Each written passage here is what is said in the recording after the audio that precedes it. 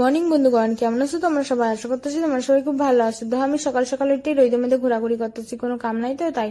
তারপরে আমরা মামা বাড়িতে এসে কি আর কাম করবো, মামা বাড়ি এসে কাম করেনি কি, এর নিকে আমি চলে গেছিলাম টুকটুক করতে করতে টোটোতে করে সবাই মিলে ঘুরতে। দেখি দাদু সবাই পান খাওয়াইতেছে, কিন্তু আমারে দিতেছে না, তাই আমি বললাম তোমার সাথে দিব, যাও, কোনো কথা নাই। তারপরে আমরা একটা বাড়িতে চলে এসেছিলাম, আর ওই বাড়িটা খুব ভালোই ছিল, সুন্দর লাগতেছিল, কারণ এই মাটির ঘর আমি এর আগে কোনোদিনও দেখিনি তো। কিন্তু দাদুর দিদার ডিভোর্স দিছি বুঝলে, দিদার সাথে দাদুর বিশাল গল্প। তারপর আমি কি করবো, তারপর আমরা চলে গেছিলাম একটা হাটে ঘুরতে। আর হাটে ঘুরতে গিয়ে এনে আমি নতুন নতুন কিছু জিনিসপত্র দেখছি, খুব ভালোই লাগছিল। আর কি আর কব, এনে নতুন একটা জিনিসপত্র, মানে সব হাটে একটা জিনিস কমন থাকে, কিন্তু এইটা থাকে কিনা আমি জানি না। দেখো, এনে বেচা হইতেছিল চুল্লু। চুল্লু দেখে মনে হচ্ছিল আমি চুল্লু খাই টুল্লু হয়ে যাই। কি আর করবো, তার নিকে আমরা ওই দিকে চলে এসেছিলাম বাড়ির দিকে। আর বাড়ির দিকে আসার সময় চুল্লু খাই টুল্লু হইলে তো হবে না, তাই এটা আম নিয়ে এসেছিলাম, কারণ চুল্লু খাই টুল্লু হইলে আমার মায়া আমারে পিটাবে। তো তাই আমি টুকটুক করতে করতে চলে এসেছিলাম এই সাতটার মতোই। দেখো আমি বাড়ি চলে এসেছি, টাটা গাইস।